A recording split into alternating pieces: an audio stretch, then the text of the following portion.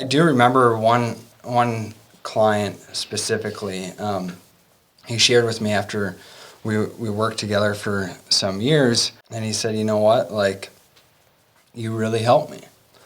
And I was kind of curious to hear like the more technical side of how it was helpful. Mm-hmm. He said, "I've been to a few other therapists, and you were the first one that helped me." And my ears perked up, and I was like, "Well, I want to get some feedback here, so I can do it for the next person." And I was expecting, some sort of technical, like this is you structured your sessions this way, or you said that, or you did this. And he said, "You're the first person who cared." And that was it. And so it wasn't really what I did, or wasn't like the theory that I used, or wasn't the technique that I used. It was that ability to build a relationship with him that changed his thinking. It changed his thinking from nobody cares about me to I am someone who can be cared about.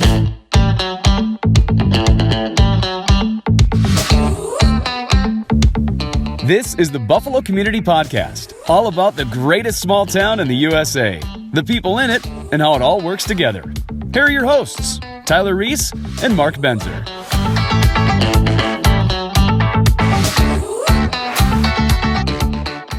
Hey everybody, it is Tyler Reese with the Buffalo Community Podcast for episode number 92. Man, we are approaching that century mark very, very quickly. That's the fifth time I repeated that today, but it's great. It's great. We've got Brett Nikula with us, episode 92 to kick it off of marriage and family therapy. Yeah, that's pretty heavy discussion. Absolutely. So yeah. Thanks for coming in. But it's something that I enjoy. It's interesting. I get a lot of people who ask me, like, is that pretty heavy, or is it something that kind of drags you down and pulls you down?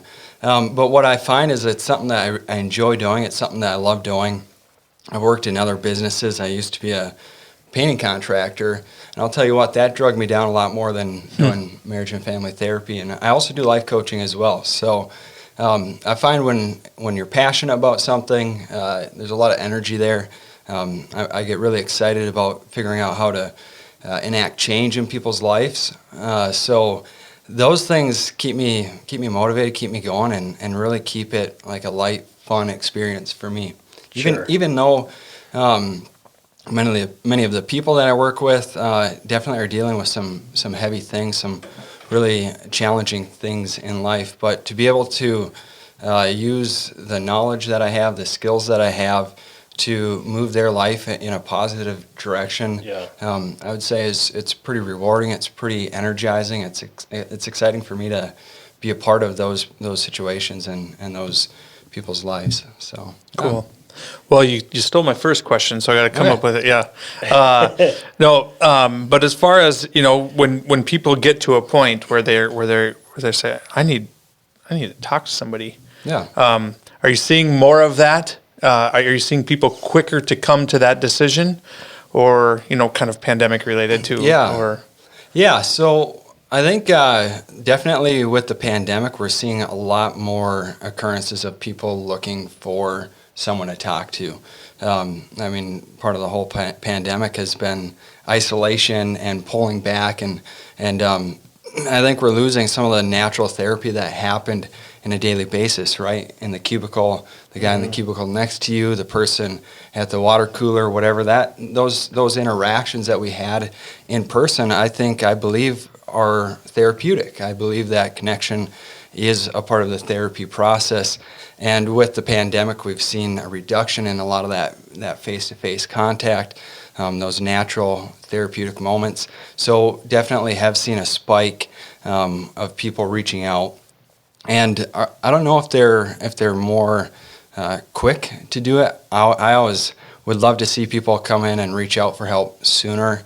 Seems like oftentimes when they do come in for help, it'd be nice if they would have came in a month or a year or 10 years sooner.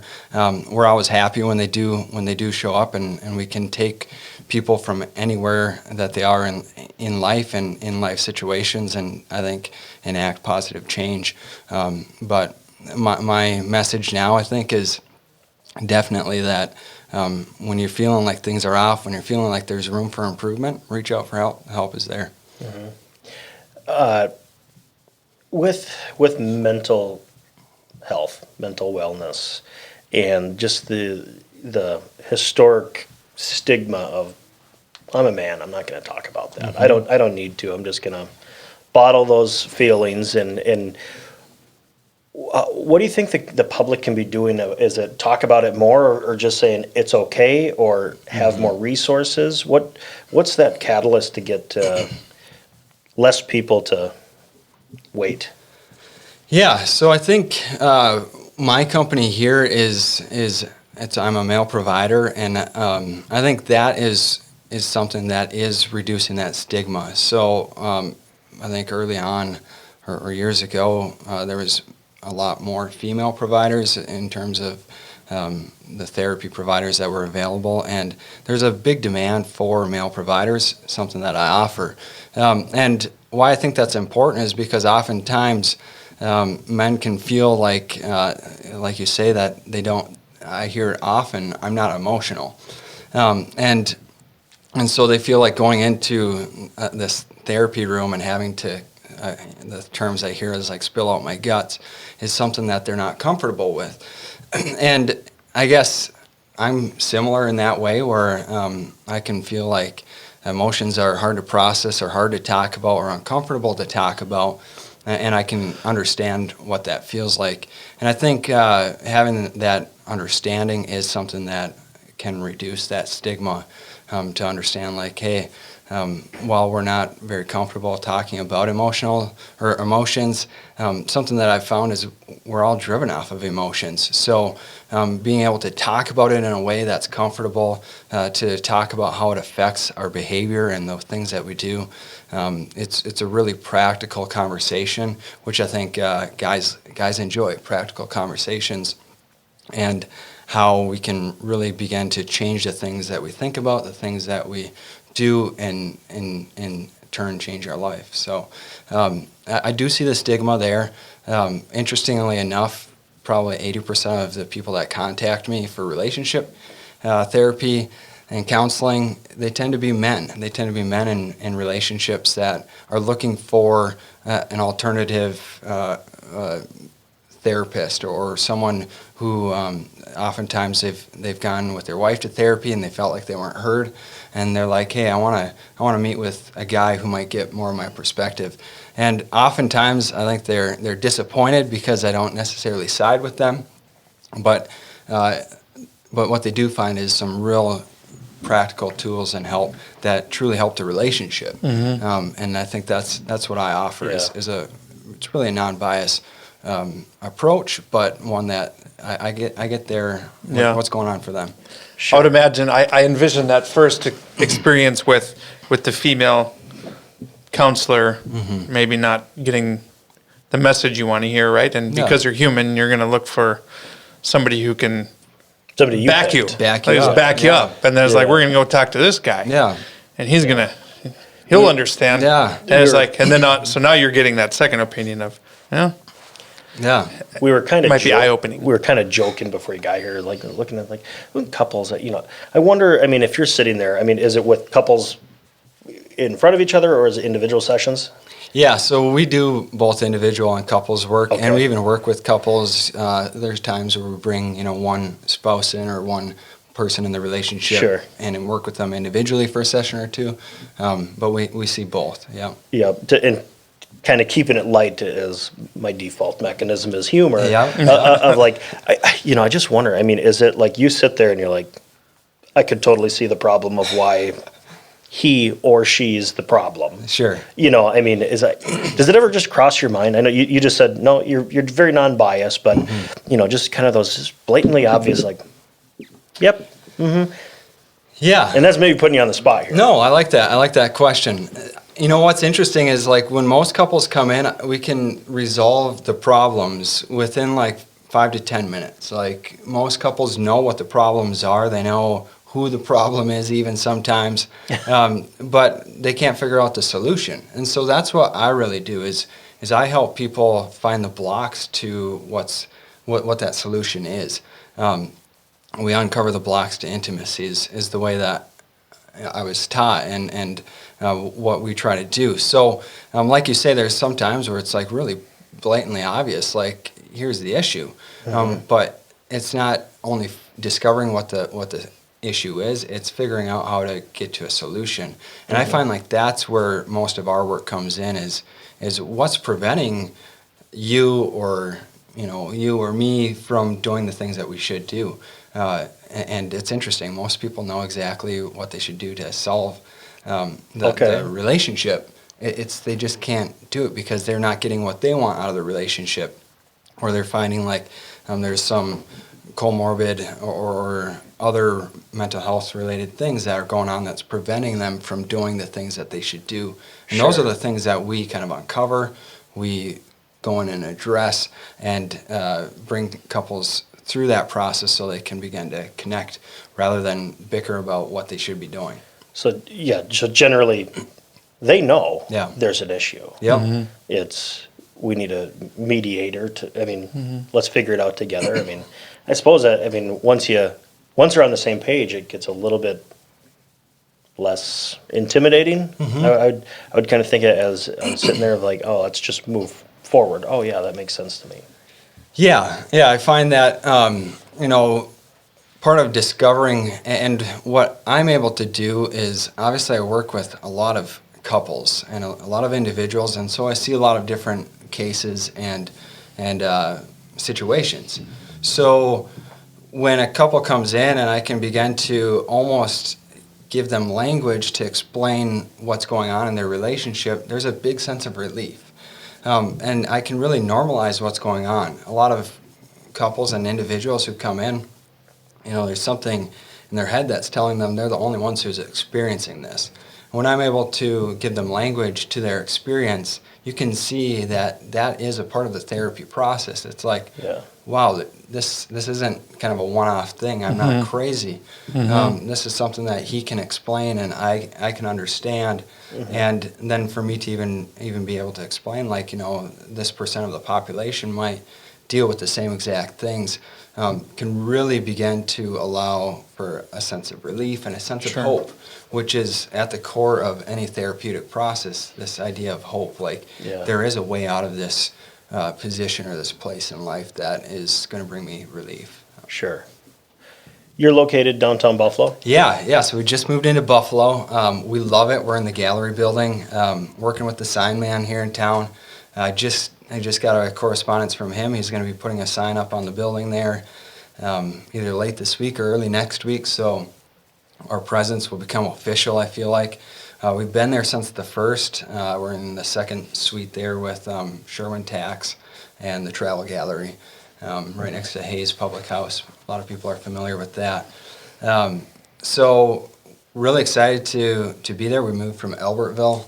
We were right on 19 in Albertville. We were subleasing from another therapy provider there, and now we're in the downtown, and it's home for me, so I'm very excited to be there. Where'd you go to school? I went to Buffalo. Yep. So I grew up through fourth grade out in Cokato, Minnesota, Wright County, small maybe village they'd call it. But that's where I was. I was born in the Buffalo Hospital, raised through fourth grade in Cokato, and then we moved to just west of Buffalo. And I grew up there. Graduated from Buffalo High School. And just this last year, I bought my childhood home from my parents. So moved back home, and then what was it? Maybe about a half year later, I moved my business home. So Does it feel? You go to college? Yeah. Yep. Okay. St. Cloud State. All right. I'm going to go back to does it feel weird now that it's your house from where you grew up? Yeah. You know what? A lot of people have asked me, like, what does that feel like to sleeping in mom and dad's room? To go back home. And you know what? It wasn't strange at all, because when we did move back home, into my home, it was empty, and we really got a chance to make it our own. And now we've been renovating it and doing things like that. So what changed for me is like kind of grumbling about my home, which I think a lot of us do. It's not a big enough yard or things like that. When I bought it, I became very proud of it. It was like, I love this place. So I got that real sense of home ownership that I'm sure my parents had, but as a kid, you only sometimes see like the things that could be different or the things that Your friend's house. Yeah. The bigger, better friend's house, right? Yep, exactly. Yeah. And now that it's mine, I'm proud of it. I love it. So that's something that I was able to see there, and I've enjoyed it. Did you go to St. Cloud right out of high school? You mentioned you were a painter. Yeah. I mean, was that a situation of, I don't want to be a painter anymore. I want to do something, or was that something that got you through college? Yep. So I went to PSEO, and I had dreams of being an engineer. Actually, from a young age, I was going to be this engineer, and I had this vision of like what engineering was, kind of like getting Apollo back from the moon. That was kind of my It's vision. not all glamorous. I know a bunch of engineers. And I got into engineering school, and it was staring at a computer screen in a lab with a whole bunch of other people, and you couldn't disrupt anyone, and you couldn't crack jokes because they were all concentrated. Because they're engineers. Yeah. Oh, I mean, yeah, sorry. Yeah, absolutely. They don't get jokes. And a lot of my friends are still engineers. I was going to school with them actually, and they went on and became engineers. I made a course correction and went into psychology, and I got a job at the Boys and Girls Club up in St. Cloud. Still to date, my favorite job that I've ever had. I loved working with the youth there and seeing the experiences and the stories that each one of those kids had. It's something that I still see, in my work today, that each and every one of us have a story and a background from where we've come, and that always intrigues me. I love learning about people's stories and who they are. So for me, my story was, going to be an engineer. Went up to St. Cloud, figured out that wasn't for me, went through the psychology program up there, and then went into the marriage and family therapy program, all while I was painting. I was climbing up 40-foot ladders and painting soffit and fascia exterior painting. And I got out of school, and my first job offers after 6 years of school were roughly $35,000 to $40,000. I had 2 or 3 kids at the time, a mortgage, and it didn't feel like it was going to work out for me. So I continued to paint. I worked for a few different companies, and ultimately went on and built my own company. And I was running a bunch of employees, or rather, the employees and the customers were running me. And we had some small success within that company, and it put me in a position where I was able to sell it and try to make this work. And so then I went on my own within the therapy world, which provided a little bit more financial stability. At least that's what I thought when I was doing the numbers, that this would work out. And the truth is, like starting a business, you guys know, I'm sure, it's like the forecast can seem feasible, and then when you go to work, it seems like things take longer than anticipated, and that was the case for me. But now we're in a position where it feels like this is where I thought I would get after 3 months. We're just 17 months late or so, but we love it. I wouldn't change anything about it. I was able to learn so much through that process of how to build a therapy company, which was different than a painting company. A painting company, I could see like, hey, you guys need a paint job here. X amount of square feet. Yep, I can measure it. I could tell you this is what it's going to cost you, and I could solicit you. I could say, hey, I want to paint your guys' office here. This is a bid. You just let me know if you want me to come in and do it. Therapy, it feels a little bit different. Like I can't say, hey, I was watching you and your wife interact there, Tyler. And, Mark agrees. Yeah. I tried that once. Here's my card, and this is what it's going to cost. It just doesn't work that way. So I had to get creative and learn new ways of getting in front of my client base. This is one of them, to be able to see opportunities to communicate who I am, communicate what I do, and having to reach out. It's all things that I've had to learn, and I think skills that will be with me for the rest of my life. So, Do you think maybe I'm kind of going, well, not maybe, definitely going back to the therapy side of things. Like, do most issues like present themselves differently, but they boil down to 3 or 4 core problems? Like where the issue is not the issue, it's going to be one of these few things, or is there as many different problems as you can imagine? Yeah. So the way I look at psychology is there are a lot of symptoms, like you're talking about. There's many things that people deal with. You know, I have a diagnostic manual that's like 4 or 5 inches thick of hundreds, maybe thousands of different diagnoses we can give people. But what I do find is that a lot of those things do boil down to some core issues, right? Those are symptoms of the actual problem, not necessarily the problem. And what I find that I really believe to be effective and help people is to get down to some of the attachment pieces that are in our life. And without getting too out there in the weeds, the lens that I use for therapy is that we all have these attachment longings, and those attachment longings show up in our relationships. So those things might be to be heard, to be respected, to be cared about, to be loved, to be important. Those things that, for whatever reason, became close to us, or even insecurities to us through our childhood or early relationships. And those present themselves in our business life. Those present themselves in our personal relationships, and they even present themselves in our mental health. Right? We can really begin to ruminate on our worth, on our value, on if people care about us, if people love us, and what we find is those generally all tie down to those core attachment pieces in our life. So to answer your question in a short way, I do find that oftentimes the root cause of our issues, if we're going to go with that, is can be boiled down to some general principles. Our attachment and the way we think. We find that the way we think really affects how we feel.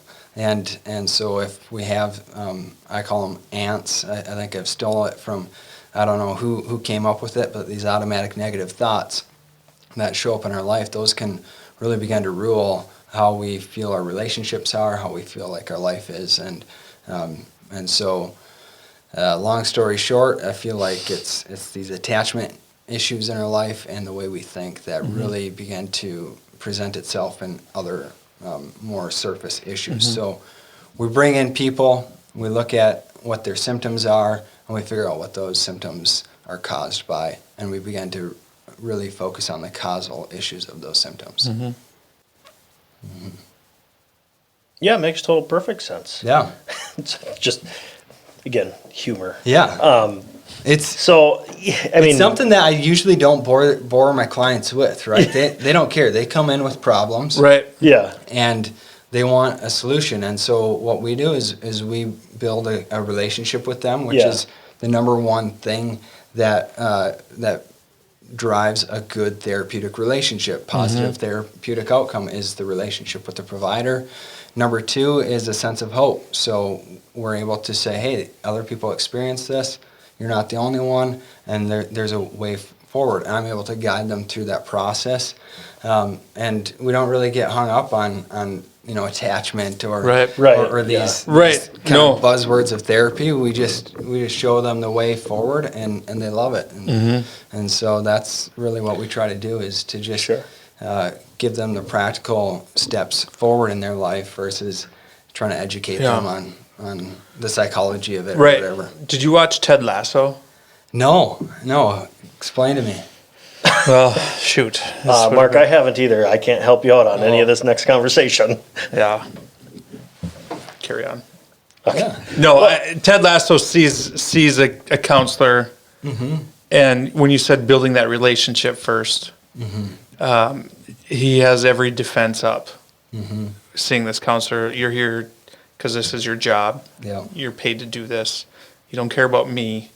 but that wall gets broken down to this point of, hey, we're making some progress here. Yeah. So anyway, sorry to and- derail that, totally but that's understand. exactly where my mind went. on Yeah, that. and it brings up a story. You know, there's a lot of hard moments that come up in the therapy process or life coaching even. But I do remember one client specifically. He shared with me after we worked together for some years, and he said, "You know what? Like, you really helped me." And I was kind of curious to hear like the more technical side of how it was helpful.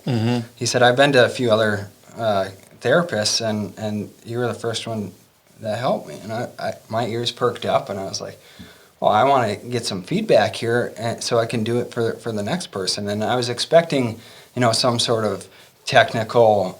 Yeah. Like this is you structured your sessions this way, or you said that, or you did this. And he said, "You're the first person who cared." And that was it. And so it wasn't really what I did, or wasn't like the theory that I used, or wasn't the technique that I used. It was that ability to build a relationship with him that changed his thinking. It changed his thinking from nobody cares about me to I am someone who can be cared about. Nobody cares what you know until they know that you care. Yeah, Type yeah, of and so deal. that stuck with me. That taught me as a provider that that's the number one thing I want to do is I want to show that sense of care, because I think that everyone on this earth has intrinsic value and is lovable and has the ability to be cared about. And again, going back to a person's story, I think that everyone has a book inside of them that if we read it, we'd be able to look at them and say, "It makes sense. You make sense." And we'd have some compassion and some care for them. And it's just spending the time to kind of open up that book and get a sense of who they are. And that's what I try to do as a provider, is to figure out where that book is, get it to a place where they can open it up, share it with me. And I think every time I've been able to do that, I've been able to truly look at someone in their eyes and say, I get why you're this way. I understand you. I know why you're dealing with this or going through this. Sure. You spoke a little bit family. Yeah. Wife, kids. You said Yeah. 2 or 3 kids. I assume there's at least a few in there. So married to, I guess the cliched statement is my high school sweetheart. The first time I ever laid eyes on her was she was walking over the bison in the high school on the main level, right in front of the office there. So if you've been in the high school, you all know exactly where that is. She was walking from left to right across the bison. I was Boy, you were going to be an engineer, weren't you? I was on the second floor looking down, and as soon as I saw her, it was kind of attraction at first sight. Yep. And I went to, I guess, pursue her, and she was in 9th grade. I was in 10th at the time. And long story short, now 10 years later, just shy of 10 years in August, we'll be married for 10 years. We got 3 girls and we got 3 boys. So we're enjoying life together, and we're able to use a lot of the things that I've learned through this process, my schooling and my work. We use them every day in our own home. And people ask me all the time, like, do you have the perfect marriage? The answer is, yeah, I do. It's got its hard parts and its easy parts, its fun parts and its not so fun parts.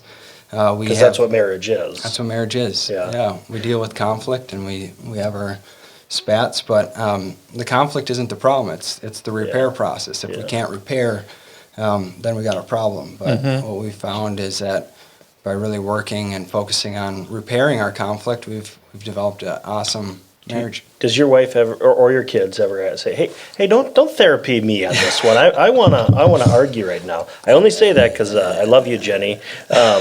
Is very, very prime example.